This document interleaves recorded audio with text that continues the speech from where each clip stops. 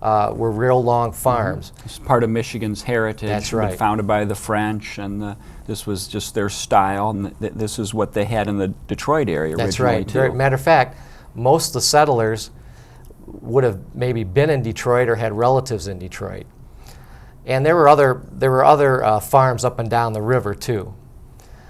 So what happens is the Kentucky militia, an odd fact about this battle is the actual militia did better than the regular army. They were behind the fence line. So most of these Kentuckians were behind the fence line. They were holding off the British. The British 41st Infantry of Foot, which was the most famous British regular troops in the area, and they were out of Fort Malden over in Amherstburg. And if you think about it, when the battle occurred, it was very cold out, probably in the teens. It was January 22nd That's in the right. morning. And there was snow on the ground, and everything was frozen. The lake was frozen, the rivers were frozen. Matter of fact, the American Army came up from the Maumee Rapids along Lake Erie, actually along the coastline.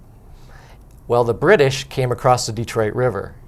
And if you ever come to Monroe, if you drive south from Detroit to Monroe, you'll realize that Canada is not that far away, and it's not very far to come over the river.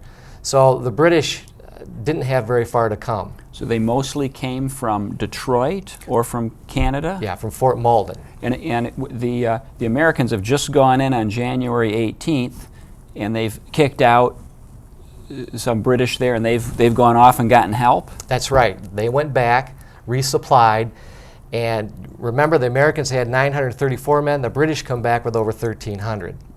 They are made up of Native Americans, Canadian militia, the Essex militia, which were out of the Windsor area, and then regular troops. The Native American troops that they had were numerous tribes that were recruited by Tecumseh. Mm-hmm. Now Tecumseh was in Monroe, or Frenchtown, before the battle and after, but he was not there during the battle. He was out recruiting Indians for his Confederation.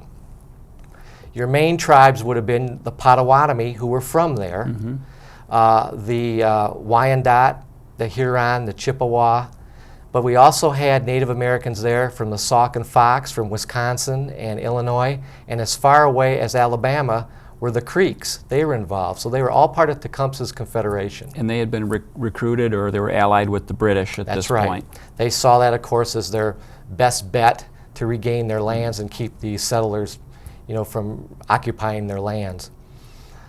So what happens is the right flank of the American Army is the 17th Infantry that we talked about, which weren't under any type of defensive works. They are surprised, and directly north, coming from the north, are the Essex militia, and on the right flank, and many of them were mounted on horses, were the Native Americans. So what happens is they get around their flank, and what happens, the Americans panic and they retreat. They try to make a stand. Frenchtown lies on the north side of the river. They try to make a stand at the river, but they are repulsed, and then they are in a massive retreat. And basically it's every man for themselves. Now while this is happening, the Kentucky militia along the fence line are holding their own. Winchester has his headquarters 3/4 of a mile on the south side of the river. The battle's happening on the north side. Not a very good place to have your headquarters. By the time he hears there's a battle, he gets on his horse and marches into the retreat.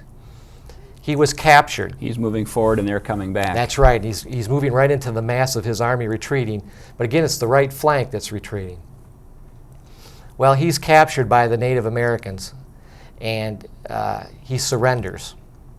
By the way, and one thing that's kind of interesting is over at Fort Malden, at their, I guess it would be Provincial Park, they actually have the sword and 2 pistols that he surrendered at Monroe. Is that in Windsor or near Windsor? It's in Amherstburg, just south of Windsor. Mm-hmm.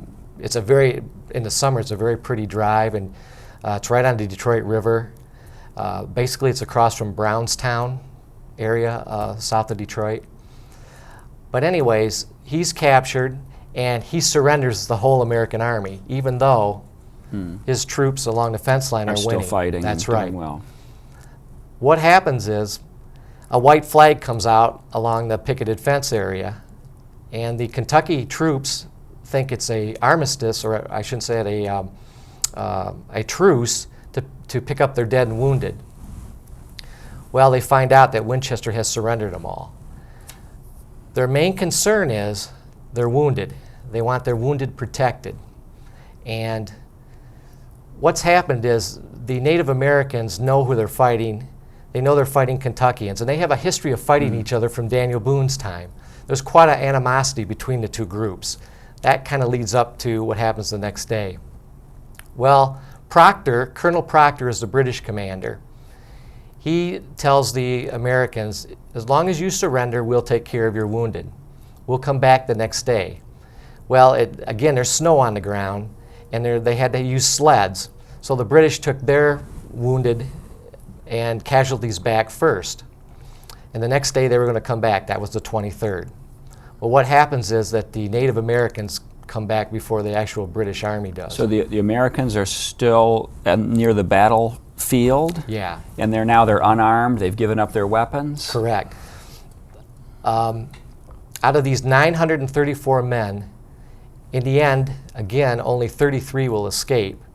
So the majority of these guys, if they have not been killed, if they're wounded and they can walk, they're okay.